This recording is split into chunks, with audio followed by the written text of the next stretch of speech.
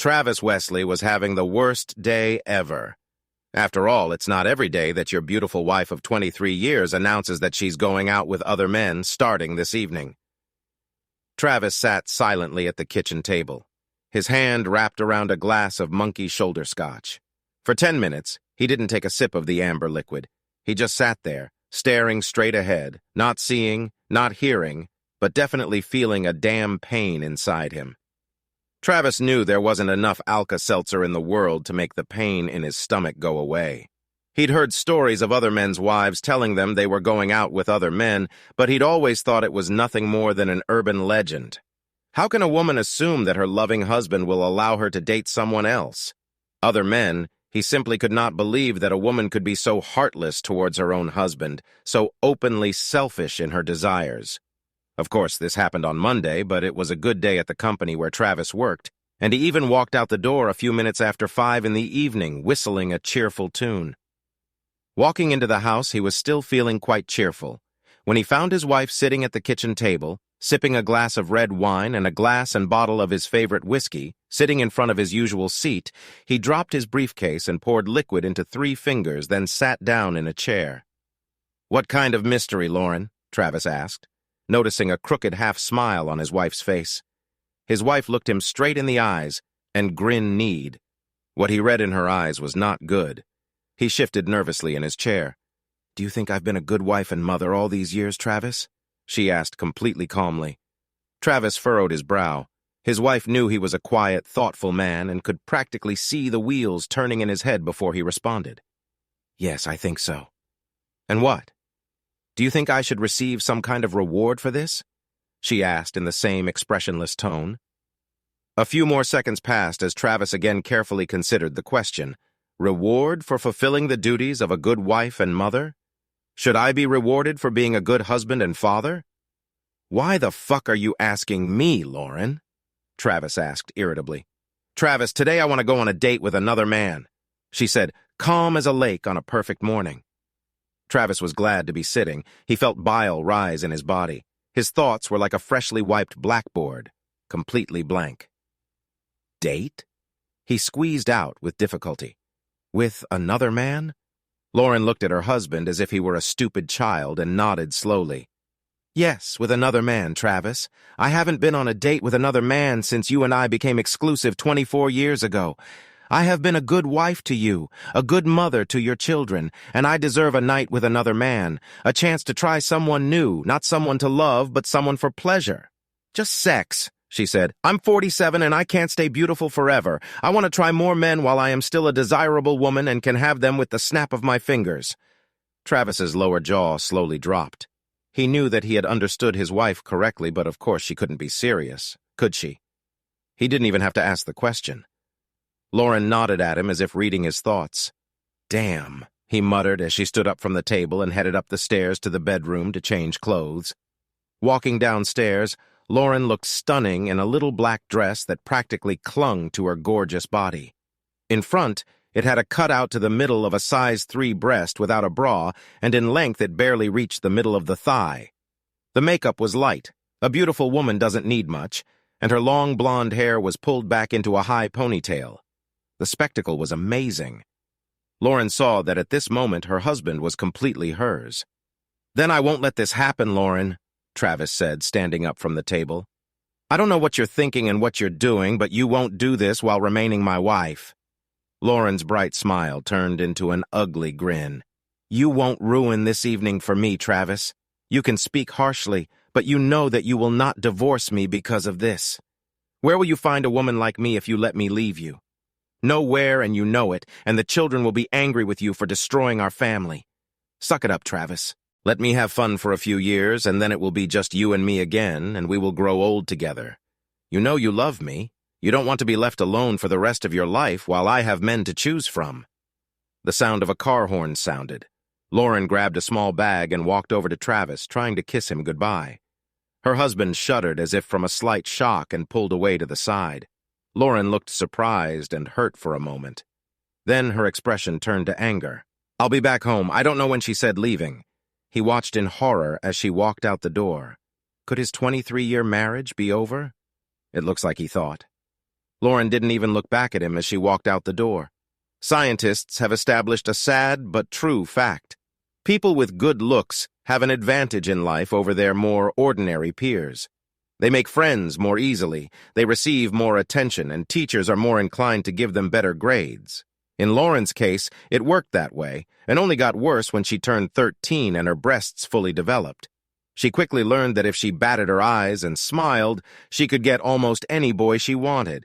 And for those boys who were playing hard to get, she simply puffed out her chest a little and the deal was sealed.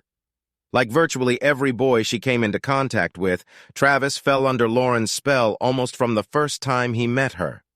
His family moved to the city the summer just before he entered 8th grade. He met Lauren on the first day of school and was quickly captivated. Travis was a good athlete and was popular with other students. He eventually plucked up the courage to ask Lauren out on a high school date, and she accepted.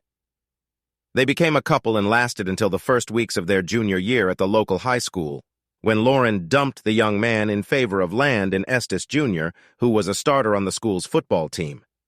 Travis, at that moment, had a height of 1.63 meters and a weight of 50 kilograms, while Estes was 1.88 meters and 86 kilograms.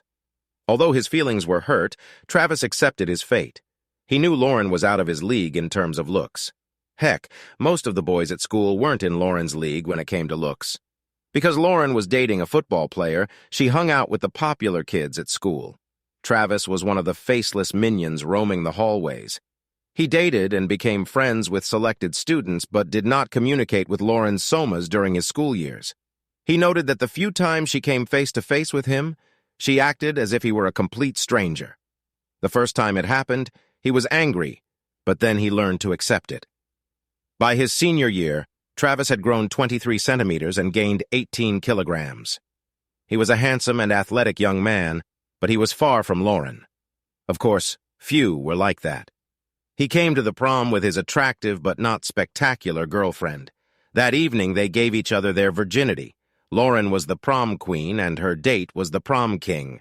They also had sex after graduation, but before this event, she was far from a virgin. Sometimes she was manipulated, sometimes she was manipulated.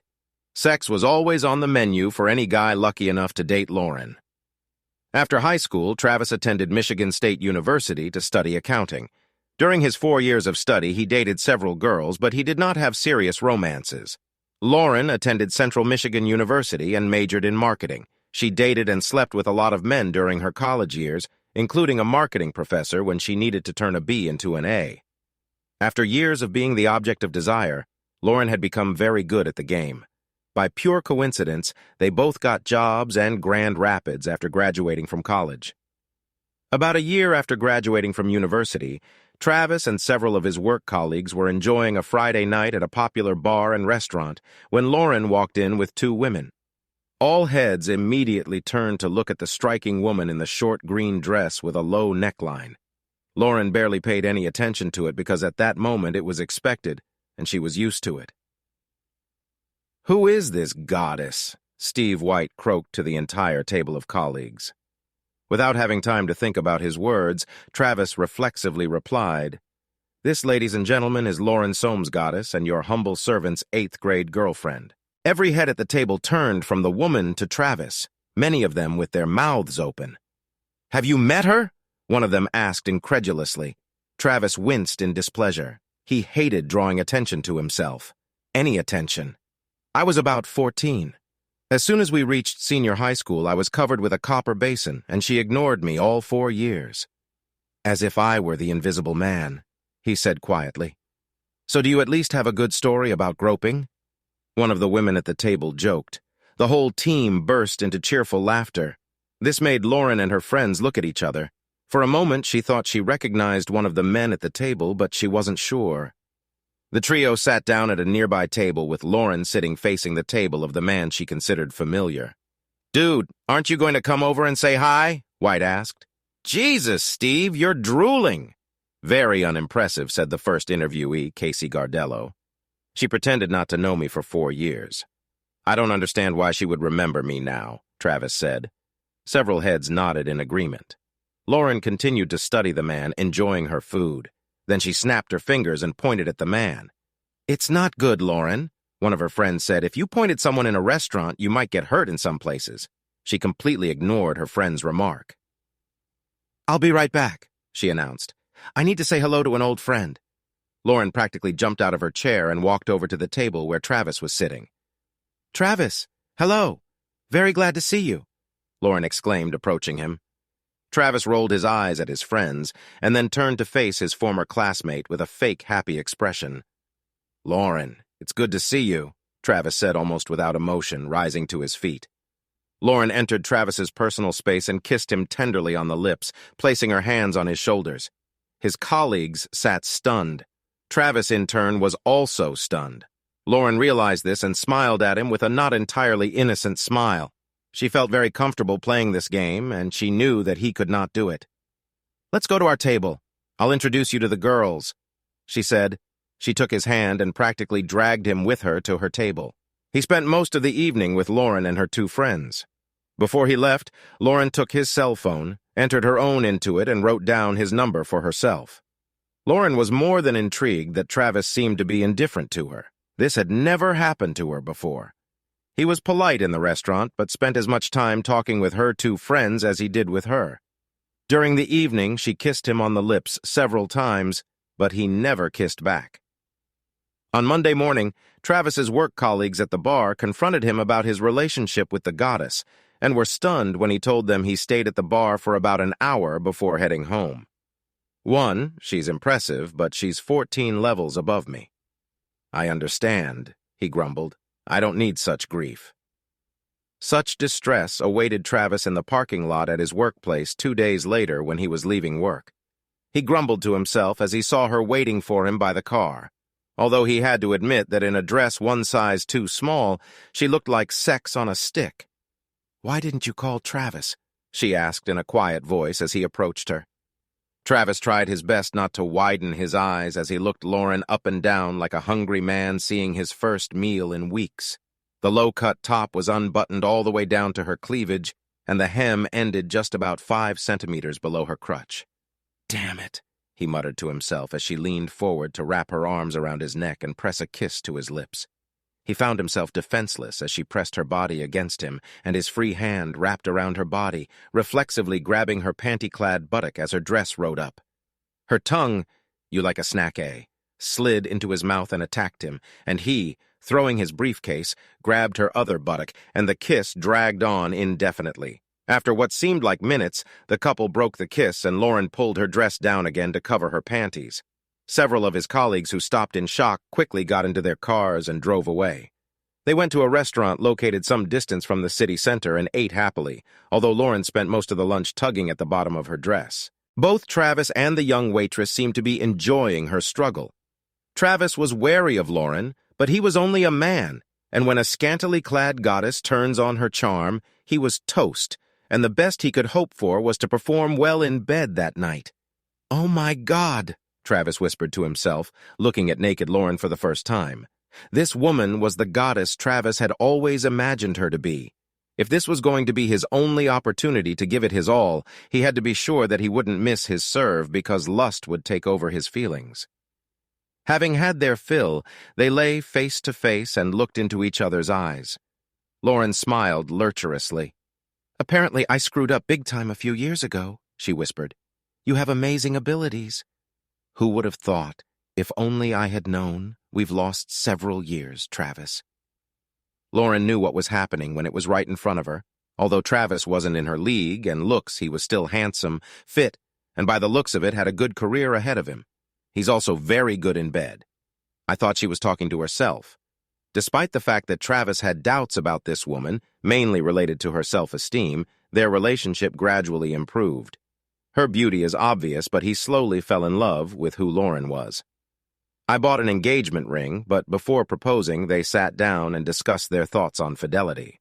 She had impressed him so far, but Travis wanted nothing left unsaid between them. "Obviously, I don't know much about your past. I'm not going to ask about numbers or names," Travis said when they sat down at the table for a serious conversation. "What happened in the past will remain in the past. The same goes for me.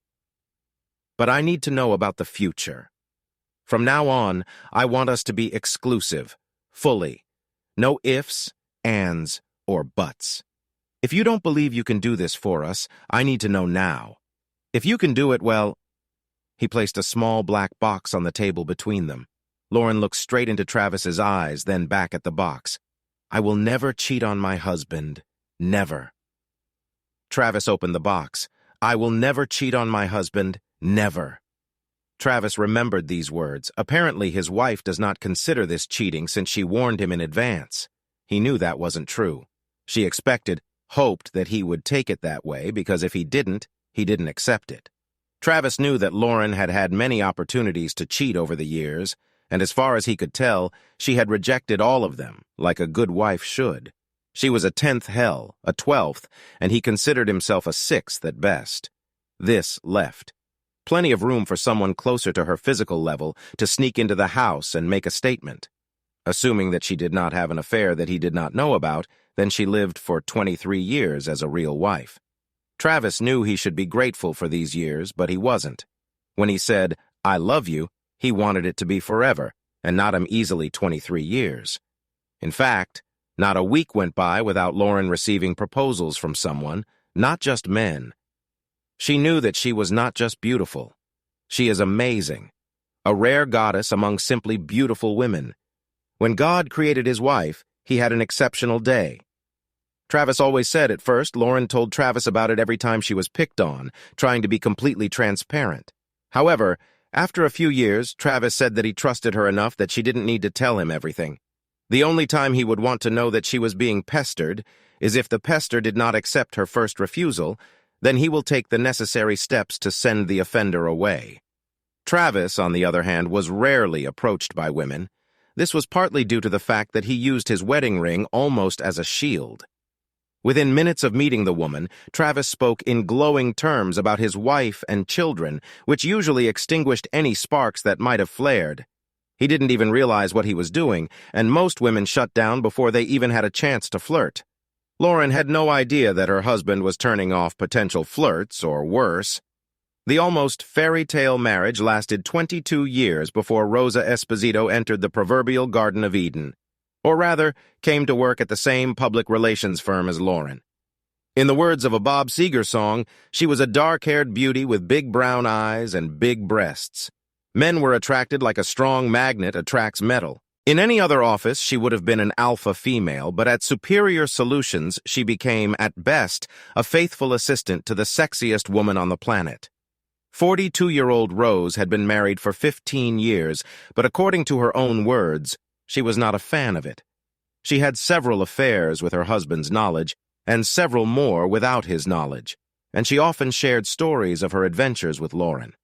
She was a very good storyteller, and in her stories, sex with most of her lovers seemed fantastic. So you haven't tried anyone since you got married? You're just a rock woman, but I don't believe that you don't want this, Rose said one day at work during a coffee break. Well, I'm not saying I'm not curious, but I would never cheat on Travis, Lauren said. In recent months, Lauren has noticed that she doesn't feel like she gets as much attention from men in bars and restaurants as she used to. More than once, she noticed that the looks that were previously directed at her were received by younger women and began to doubt her abilities to visually attract. Let's play the what-if game. What if hubby lets you try? What then? Asked Rose. Lauren's face showed that she had never thought about such a scenario before. The wheels in her head were spinning madly. I guess if I had permission, then it would be a completely different story, Lauren admitted with a mischievous grin. Have you ever thought about asking permission? Asked Rose. You know that everything worth having is worth asking. Lauren had never thought about this before. Her face lit up, then went dark. He will never give me permission. Never, Lauren said. Should I do everything for you? Asked Rose. Unspoken permission. Tell him and then take what you want, regardless of his answer. Tell him that he loves you enough to let you do this, that you can get through this because it has nothing to do with love, that you love only him. Travis was awakened by the sound of a car approaching the house. Looking at his watch, he realized that it was a little after 3 o'clock in the morning. A glance at the bottle of Woodford Reserve showed that he had finished about half of it. Great evening, huh? He quipped to Lauren as she walked through the front door. Travis looked closely at the cliché his wife had become. Her hair was combed but tousled. Her makeup was missing. Her clothes looked rumpled. She didn't look remorseful but smug. "I could say the same to you," she hissed. "You didn't have to wait, you know. I am going to sleep, and you, maybe, but never again in this life with you," he snapped back. Lauren gave him a look of disgust and headed up the stairs. Travis poured 3 more fingers of bourbon into his glass and went back to watching ESPN. Travis spent the night in his folding chair, half sitting, half lying, his stomach grumbling. Around 9, he finally got up from his chair and made himself breakfast. While eating, I heard the shower turn on in the master bathroom. Under normal circumstances, Travis might have expected his wife to come downstairs in a robe and with her hair wrapped in a towel. This morning, she didn't come down for about an hour, and when she came down, her hair was dried. She was dressed and made up, looking impeccable as always. He expected nothing less. "Did you happen to leave me something to eat?" she asked. "I made a big pot of coffee but cooked the food yourself. And since you're dressed at home, I think now is the time to talk," he said categorically. Lauren was surprised by how emotionless Travis seemed. She expected him to simply foam at the mouth and be irrational, which would make him easier to manipulate. Rational Travis will make the conversation much more difficult, she reasoned to herself. "Don't you want to know about last night?" she said quietly. Travis detected a note of superiority in her tone. Does she really believe he wants to know about how he was cuckolded? Hardly. "I want to know how you see our marriage moving forward," Travis said, his voice sounding no louder than hers. "As I said yesterday, I intend to try several other men over the course of several years. Only sex, no love. I only love you. But I want to try a few more men while I still have the looks and the body. I gave everything to you for 23 years, and I never had a thought about betrayal. I want the thrill of something unfamiliar.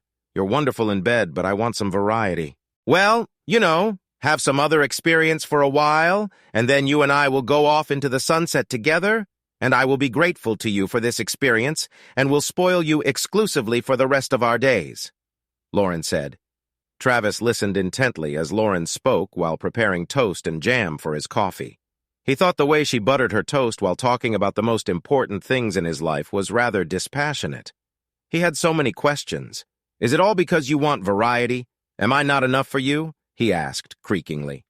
She started to answer, but he interrupted her. "So you want to live in an open marriage for a few years and then return to monogamy again sometime in the future? Does this mean I can date others too?" Lauren tried unsuccessfully to suppress her giggles. The idea of her sweet, quiet husband asking another woman out on a date was simply laughable. Travis was the most serious about marriage of any man she had ever met. However, if this is what it takes for him to agree, in principle, yes, she answered. Of course, I assume that for you it will also be just sex. Travis raised his eyebrows and shrugged. Lauren had no idea what this movement meant. However, she had an idea. "So would you like to go on a date with Rose? You know, a very nice woman from my office." "I'm sure she'll be happy to agree," Lauren said, knowing that her friend would have no problem having sex with her husband, especially if it meant helping Lauren achieve her goal of having sex with other men and still being married. Travis looked puzzled. The lustful 21-year-old bachelor in him wanted to get Rose. The responsible 47-year-old married guy knew that he could not do this. "I would be glad to have a date with Rose, but no, baby, thank you. That will make me as much of a traitor as you were last night," he said. Lauren's face, which had started to smile, suddenly turned into a grimace of anger. "I am not a traitor," she screamed.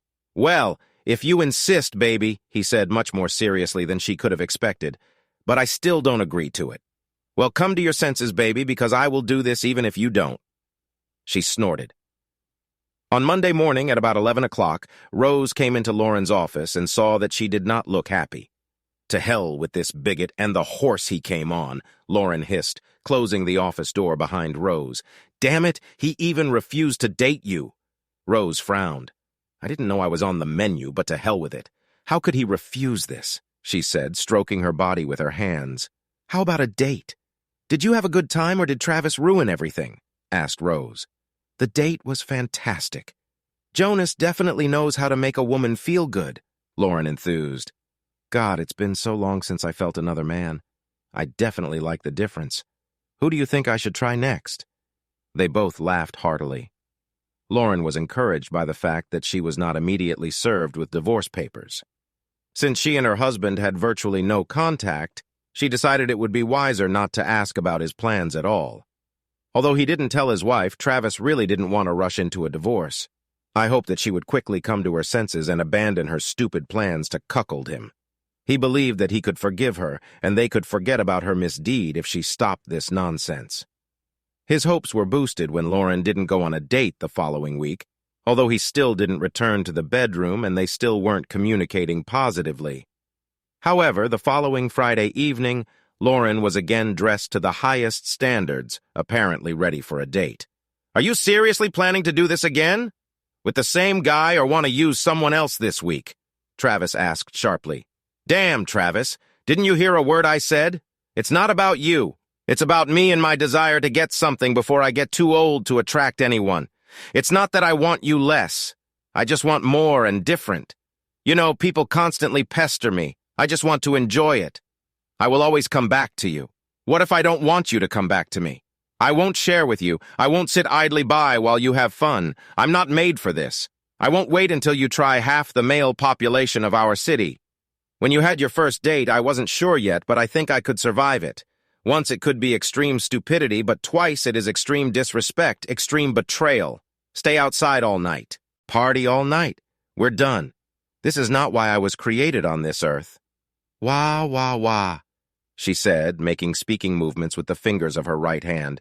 "You don't want to lose me. It doesn't have to be an either-or situation." Last week, Travis instructed his lawyer to prepare all the necessary documents, hoping that they would not be necessary. He planned to call his wife on Monday morning, but first he needed to call his 2 daughters and tell them about it. Neither 21-year-old Jackie nor 19-year-old Michelle believed their father when he called them that evening, at least outwardly.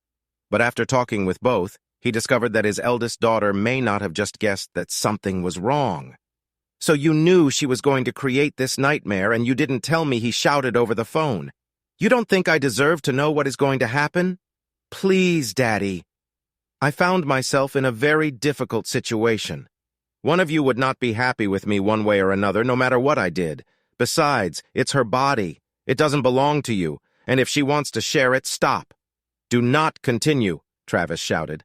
"I understand that she put you between us, but don't tell me that she can do whatever she wants whenever she wants, because this body is hers. Dolly vows. The oath abolishes speech about her body. I understand." But she muttered briefly and then fell silent. "Damn, baby. I'm sorry, Daddy," she whispered. When Lauren walked through the door at 2 in the morning, Travis was nowhere to be seen. Even though she arrived an hour earlier than her previous date, she looked a little more shabby. Gabriel Esposito was a large, strong man with great physical strength, perhaps the strongest Lauren had ever encountered in bed. By the end of the evening, she could hardly move. She knew that by tomorrow she would most likely have a couple of bruises from his grip. Overall, it was a great night. She thought she could enjoy Gabriel another time. Lauren was shocked and embarrassed when she was handed divorce papers at her office on Monday morning. She burst into tears and ran to the ladies' room. A few minutes later, hearing the noise, Rose appeared. "You should have known that he would at least give you the documents," Rose said. "You really hurt him, baby. This is his way of hurting you back. An eye for an eye. Men are such children. He's trying to get you to force things. He won't give up his 23-year marriage and half his belongings.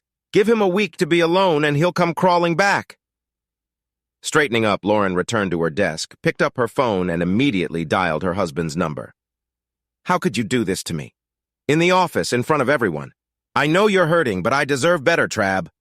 She practically screamed into the phone. "After 23 years, don't I deserve something better than you unilaterally deciding to open our marriage? If I'm not right for you, couldn't you have just warned me in advance? And we could have parted ways like civilized people." Travis said, "I don't want civility. I don't want to get a divorce. I still love you." "You still love me," she wailed.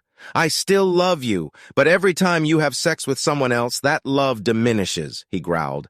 "My love is not a bottomless well. Like you, I always thought this was true. Who knows? Maybe we were both wrong." Lauren fought for a divorce. Her lawyer requested and received marriage counseling, although Travis was adamantly opposed. Lauren smiled, and Travis frowned as they were ushered into the consultant's inner sanctum and found Lillian Kamako sitting in one of the chairs at the consultant's desk. Data on marriage counselors shows that most believe their job is to reconcile divorcing couples, and female counselors seem to be biased in favor of women. The couple took 2 of the 3 empty seats at the table. The consultant cleared her throat to indicate that she was starting. "I read both of your cases and saw both of your statements," Miss Camacho began. "Let's start with the simplest thing. Mrs. Wesley, did you really tell your husband that you were going to date other men for a few years?" Travis tried his best to prevent the consultant from seeing his smirk. Lauren tried her best not to let the consultant see how shocked she was. She thought about lying, but then realized that she did not have a ready-made legend for this lie. Yes, I told him about it," she answered quietly. "That's what I want. Don't need him to do for me. This won't affect our marriage." "Well, I think we'll end here," said the consultant. "Sorry to waste your time, Mrs. Wesley. I'll talk to the judge and end this farce." But, Lauren began to stutter. "Honey, if you thought for even a minute that what you did to your husband would work with me, then you are crazy. You should be ashamed of yourself, but obviously you don't have an ounce of shame." "Frankly, you disgust me," Miss Camacho said. Over the next month, Lauren called and texted Travis several times a day as he rented a small apartment near his home. He did not answer calls or text messages. Then she turned to their daughters for help, who called several times. "Dad, you know you still love her? If she stopped dating other men, would you give her another chance?" Michelle asked during one of these calls. "So she still continues to do this, even after I served her?" Travis asked in a trembling voice. He received only silence in response. That was all the answer he needed. Michelle didn't call again and didn't ask him to try again. Travis was surprised by how quickly word of his impending divorce spread, especially among single women. Several women at his work expressed their condolences over his marital problems, as did several women who were friends of both him and his wife. He was smart enough to realize that not all of their condolences were altruistic. Connie Mi-Yong, his wife's longtime friend, called to express her regret about what was going on in Travis's life. She almost directly offered him a shoulder to cry on, and not just a shoulder. Travis was shocked that his wife's close friend was hitting on him so openly. In all the years of acquaintance, the divorced woman never even cast a sidelong glance at him. "I would never pursue a friend's husband. It's just wrong," she told him. "But now that you are a free man, the rules are different. I'm letting you know that I'm interested in you. Shocked, I'm flattered. But I'm not a free man yet, Connie, and I won't date until the divorce is final. I know I'm being stupid, but I won't cheap," Travis said. "You're such a Boy Scout, Travis. This is one of the things I like about you. I always liked it. Can you at least set me up on a date when you're free?" Connie asked. "Of course," Travis said, "but I don't want to come between you and Lauren. You've been friends for many years. I appreciate your sensitivity, but just because it's stupid doesn't mean I should miss out on a good person. I wouldn't even think twice if you were just some guy I didn't know and we just met," Connie said. "Maybe I'll call you when I take off the leash," Travis joked. Connie was an Asian beauty, 5 feet tall, with a toned body and waist-length black hair, which was one of the main assets in Travis's eyes. He admitted to himself that he was more than surprised that the woman showed interest in him. Travis was true to his word and called Connie the day his divorce became official. On Saturday evening, they went to a restaurant and then to a local jazz club. Connie noticed that Travis was feeling awkward and commented on it. "I feel like an inexperienced 15-year-old, he replied. "I haven't been on a date with another woman in over 26 years. Don't tell me the condom in your wallet is the same one you had on your last date before Lauren," she joked. "Should I have had a condom? Crap. I didn't even think about it." "Well, I'm a noob," Travis replied. At the end of the evening, Connie kissed Travis tenderly on the lips. They both felt good after the date, and he promised to call again. Travis didn't think much about taking off his wedding ring on the day the divorce was final, but apparently it was a big deal for unmarried women. Noticing the emptiness on his ring finger, several female employees took notice and commented on it. and suddenly the level of flirting in his office increased noticeably. This was new to him, and one day over lunch he told his best friend at the office about it. "There are a lot of beautiful women in this office." "How did I not notice this before?" Travis asked. "You, my friend, were just a terrible henpecked man," said Robert Ardito. "You were so deeply in love with this woman that you didn't even look at other women as sexual beings. I mean, she is a beautiful woman, no doubt, but you let her put your courage in her purse. And maybe that was part of the problem. She is constantly being tested. It has value. And you were so trained. Such a vibration emanated from you that not a single woman even looked at you." In the first month after the divorce, Travis went on 4 dates, 2 of them with Connie. He hadn't yet managed to sleep with any of the 3 women he dated, but that wasn't his goal. In the second month, he was just as in demand and slept with 2 women. Travis's daughters, who have been in contact with their mother more than their father in recent months, have heard her constantly assert that while she can have virtually any man with just a snap of her fingers, their father is an ordinary man in his 40s who finds it difficult to even find a mate, not to mention a permanent girlfriend. They began to feel sorry for their father, and one Saturday morning, about 2 months after the divorce, they went to his apartment together unannounced. Travis was unhappy that he was woken up at 836, especially since he had entertained his companion until late the night before. Sonia, a busty 25-year-old girl, was the daughter of a friend who needed a reliable gentleman for her wedding celebration. The evening went so well that the couple decided to end it at Travis's apartment. At that moment, she was sleeping in his bed when he opened the door in a robe. "What?" he asked, throwing open the door, and saw the smiling faces of his daughters, who were holding bags of bagels, smoked salmon, and cream cheese. "Hello, Father. Could your 2 beloved daughters come over for breakfast?" Jackie said as the couple entered the house. Travis kissed them both on the cheek and led them to the kitchen table where they emptied the bags they had brought with them. They were just putting away the bagels when Sonia came out of the bedroom wearing one of Travis's white shirts, half-buttoned and probably not wearing anything else. "Sorry, I didn't know you were expecting guests, baby," Sonia said. "Mom said that you are your own boss." Both girls blushed as Sonia poured herself some coffee. No, Sonia. These are my daughters, Jackie and Michelle," he said, pointing to his daughter with the appropriate name. "We went to have breakfast, bagel with salmon?" Sonia giggled, causing her large, braless breasts to jiggle under her shirt. She brushed her thigh against Travis's arm and sank into the chair next to him. The 4 of them engaged in normal small talk for a while until Jackie asked if Travis had spoken to Lauren lately. He frowned for the first time in days. Until this moment, he had believed that it was almost impossible to get upset when being around Sonia, although she was a little hard for his 48-year-old body. "I have to tell you, Dad. We thought you were already missing Mom," Michelle said. "We know that she misses you, but I thought that when I was gone, she would live her life to the fullest. I know that I was an anchor for her, though she was hanging out with them 2 at a time in our old bed." "Dad!" Jackie exclaimed, while Sonia giggled and Michelle frowned. "She's not a ledger, you know." "Really? Think about this for a second. How many different guys has she had sex with since we broke up? And those 2 that I knew about before I left," both girls blushed and lowered their heads. "Wow, if it's 2 guys a month for what? 10 months, that's 20 different guys. With 3 guys a month, 30. For me, there are a lot of guys," said Sonia. "If looks could kill, Travis' daughters would have Sonia in her grave in a matter of seconds." She was well aware of this fact. "Hey, don't blame me if a woman can't keep her legs closed," Sonia said.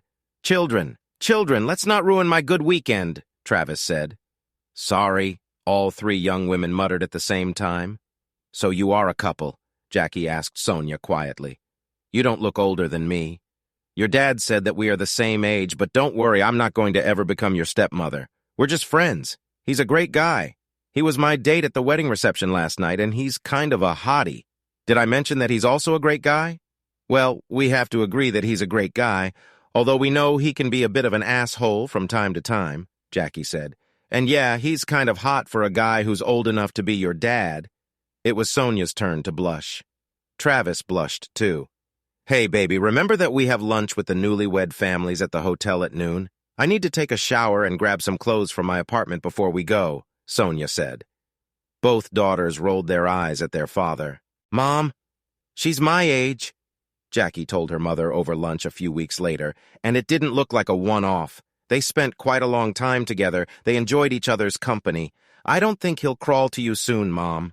"No, you just called him on a lucky day. He was probably helping a friend's child and got lucky. She is probably a girl of easy virtue who will have sex with anyone." "Your dad is a great guy, but he's not a stud, Jackie." Jackie raised her eyebrows at her mother. "You always seemed pleased with him until you told him you were going to leave him. Why didn't you just cheat on him without telling him? Wouldn't that be a lot easier? You might as well have the cake and eat it too." "That would be cheating, Jackie. And if he caught me, well, then we would break up." Having told him about this, I didn't cheat, and was sure that he would give me what I wanted when he realized what exactly he would lose. I must admit I did not expect a divorce. I never thought he would have the guts to do it. Mom, I think you mistook love for weakness, and somewhere along the way you decided that everything depended solely on you. Was it all worth it? For the first time, Lauren's face showed the stress of what she had to endure. From Rose's lips, everything sounded much better than it actually turned out to be. She couldn't tell her daughter that the sex was normal, but no, it wasn't worth it. She also couldn't tell her daughter that she never thought that Travis would do anything other than sit around and pine for his beautiful ex-wife. She was so self-absorbed that she had no idea that a handsome, if not gorgeous man, with great character, intelligence, and a solid job could be very attractive in the singles market. And not just for middle-aged women. She knew that after the divorce, her ex-husband dated several women, including her old friend Connie, and now with some young woman of easy virtue, the same age as their eldest daughter.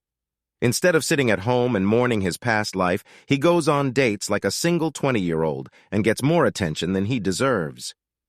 She didn't tell Connie when she found out her friend was dating her ex for the first time, figuring it was some kind of pity date, but the second date was completely unnecessary, and she told Connie privately in a rather loud tone.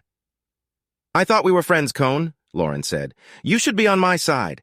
We girls have to have each other's backs. But he didn't do anything wrong to you, Lauren.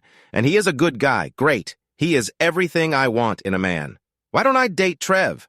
Hell, women are lining up to go on dates with him. He's prime age beef on the hook, girl, and he is a great gentleman and great in bed, too. I will go on a date with him anytime he invites me. How could you drive such a man away?" Lauren silently stared at her friend with her mouth open. She was just beginning to realize that her mistake was growing by leaps and bounds. She loves Travis and hates coming back to an empty house at the end of the day. She hates sleeping alone at night.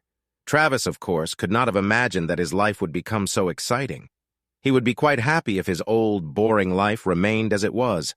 But other than that, life suited him quite well. Work is good, social life is great. He enjoys being with several women of different ages, and most of his dates end in bed. He's certainly not looking for a long-term partner at the moment, but he sure enjoyed the smorgasbord. There is more to life than just being married to a beautiful woman. Marla Goodling's shoulder-length silver hair had several streaks of purple in a ponytail that came out of a hole in the back of her Chicago Cubs baseball cap. Her blue Cubs t-shirt was perhaps a size too tight on her ample chest, and her light blue Levi's were as tight as most of the 20-year-olds in the stands, despite the fact that she was 60 years old. In the left field bleachers at Wrigley Field, she drew more than her fair share of starers. One of the people looking at her appraisingly was the man she was with, Travis Wesley, the ex who spent of one of her long-team employees, Lauren Wesley. He and Travis attended a Cubs game as part of a weekend trip to Chicago. Marla worked with Lauren Wesley for over 15 years. I met Travis at several corporate events where he accompanied his then-wife and always thought he was a handsome and pleasant guy. She knew that she and Lauren had divorced about 2 years ago. Marla had been a widow for about 5 years. Her longtime husband had died in a car accident. During this time, she went on only one date, after which she decided to find out Travis's phone number. Yes, Travis remembered her. He thought it was hard to forget a woman who seemed to exude both style and beauty. He would like to go to dinner with her. Absolutely, he replied.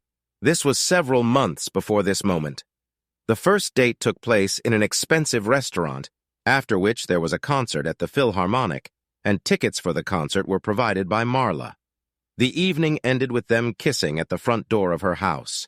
The second date was a Saturday hike on the trail, and the woman giggled several times when a clearly tired Travis had to take short breaks during the day. It appears she and her late husband were avid climbers and hikers, and although Travis thought he was in good shape, it turns out he was wrong. He also learned that Marla had a toned body for an older woman and mesmerizing gray eyes. The date ended with Marla and Travis making tender love on the rug in the living room of her home after they had a steamy makeout session on the sofa. She intrigued him with her combination of wealthy class and girl-next-door freshness. Marla happily agreed when Travis suggested she spend the weekend sightseeing in Chicago as part of their third date. On their first date, Marla told Travis that she had no intention of telling Lauren that they were dating. If asked, she would not have denied it, but she was not going to advertise this fact. Marla also told Travis that Lauren told her co-workers that she and Travis were getting a divorce due to irreconcilable differences. Travis told Marla the same story he told everyone else.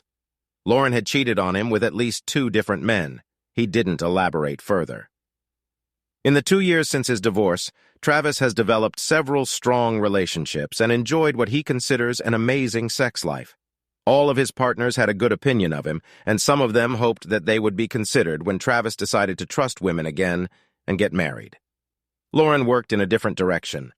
As she told her, then-husband before their first date, she was simply looking for sexual satisfaction while she still had the looks to attract almost any man.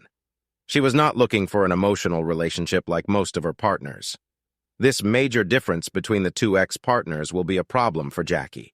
She and her mother were deep in preparations for the upcoming wedding, which her father was happily paying for, when Lauren told her daughter that she thought both parents should attend the wedding unaccompanied so there would be less tension. Jackie quickly agreed with this idea and conveyed it to her father that same week when they chatted over lunch. "Does this brilliant idea come from you or from your mother?" Travis asked sternly. "I plan to bring a lady with me. I'm paying for this holiday and I'm going to have a lot of fun with the one I bring. Hell, I've been taking dance lessons for about a year now, ever since you announced your engagement." "Have you taken dance lessons?" "Seriously, just for my wedding? This is so cute." But no buts, Jackie. She apparently doesn't have anyone she considers close enough to invite, so she's trying to put pressure on me. And again, she acts like a selfish bitch and tries to manipulate the situation in her favor. "Sorry, baby, but I won't be showing up to my daughter's wedding without a date if you don't have the courage to tell her about it, then I certainly will. She can go alone or take a gentleman with her. That's her business. I'll bring the lady with me." Travis said, "Got it, Dad? I will tell her. Your point is correct and I really want to see you dance. But could you still bring someone older than me?" "I can do this, baby, but you really should watch how Sonia and I dance." Travis smiled widely and received a wide smile in response. Travis took Connie Myung with him to the wedding. Travis thinks she looks great in the sea green dress she bought and he paid for. They quarreled because he bought this dress. Travis explained to the woman that since he was the father of the bride and would be wearing a tuxedo, she needed a new dress which he would be happy to buy.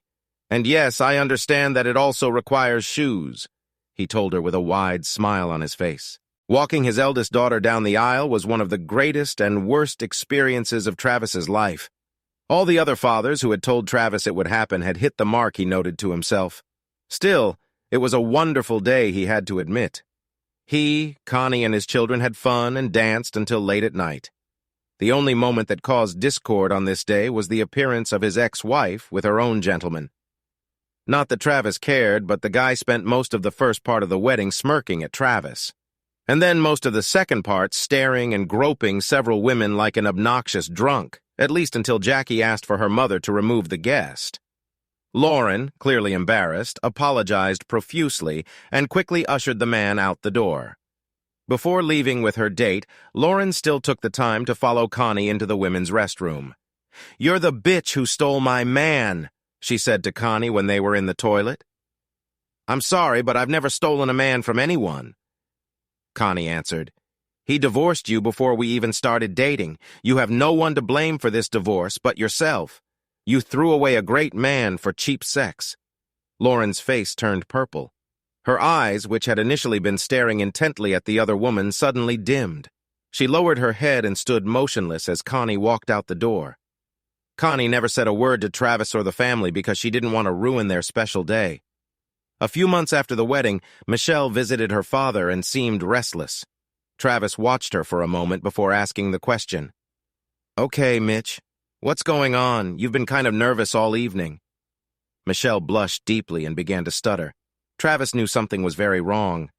"Dad, Mom talks about getting back together with you from time to time, about how she will win you over when she stops having sex with other guys." "You two didn't have sex or anything, did you?" she asked. "My sex life is none of your business, young lady," Travis snapped. "But no, I didn't sleep with your mother. And what?" "Yes, the fact is that she has a venereal disease, Dad.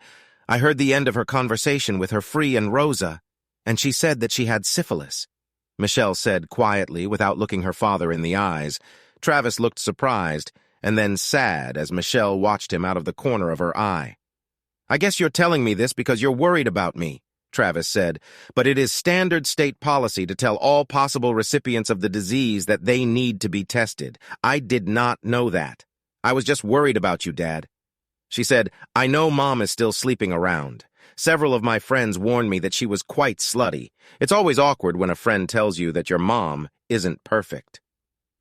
A few days later, Travis received an unpleasant call from Marla. He immediately realized that she was worried about the same things as Michelle, although she obviously also had concerns about her own health. "If you're wondering if I slept with my ex, the answer is not just no, but hell no." Travis said, "Believe me, Marla, I understand your concern, but I can't help the fact that my ex is a scandal. The scandal is the nicest thing I've heard about her in a long time." Marla said in recent months, her active activities outside the home have become the subject of gossip on the sidelines. It seems like the longer she's single, the more she loses her guard. Lauren used her STD as a starting point in her plan to get Travis back. She was satisfied that she had had enough men to last her for the rest of her life, and 6 months after the doctor said she was cured, she began a plan to get Travis back. She was still slightly resentful of Travis for divorcing her the first time, which was not her original plan. She believed that her then-husband would never dare to divorce a woman like her, knowing that the likelihood that he could find another in her class was small. This plan might have worked if other women had not started hunting Travis. Lauren had no doubt that she was a treasure. She didn't expect Travis to be as attracted to other women. "I know he's a great guy, but can't these women see that he's nowhere near my level of sexuality?" she said to Rose one day, as both women sipped margaritas at the bar, awaiting their dates for the evening. Rose pushed her friend to her current lifestyle. She knew that Travis was quite handsome, but she greatly underestimated the depth of his personality, also because he always obeyed his wife. She expected Travis to just sit around and mope while his wife had fun with other men. Who knew that Travis had such an inner core? Lauren and Rose had been keeping an eye on Travis since Lauren gave him the ultimatum. And in truth, it turned out that his post-divorced sex life was almost as intense as Lauren's. If Lauren had been more honest with herself, she might have admitted that her ex-husband's sex life seemed to be much better from an emotional standpoint. Travis went on dates and seemed to genuinely have fun with his partners. Lauren only had sex with her own people, although not with any of them, after contracting an STD. She noted that it was a long lull. "Maybe it's time for him and Travis to get back together," Lauren concluded. Travis was more than surprised by the voice on the other end of the line. He hasn't spoken to his ex-wife for almost 2 years. One of his daughters must have given her his new cell phone number. He did not forbid them to do this, but said that he did not consider it necessary to ever speak to her directly again. "Hi, Trev," she prored in her sweetest tone. "I think it's time for us to talk. And I thought we shouldn't talk until Michelle got married. But since this is not yet the case, maybe we will return to silence again," Travis said, still the same Travis, still trying to deny that you love me, but you know what you love. You know you want me back. "Still the same Lauren," he replied. "You still think that everything revolves around you. Look, Travis, I know you're still mad at me, but I really love you. I probably should have just cheated on you and kept you in the dark, but that would have been cheating. It was still cheating, Lauren. Just because you told me you were going to do it doesn't make it any less real. You did it because you thought I would never give up on you. Do you think I'm that pathetic?"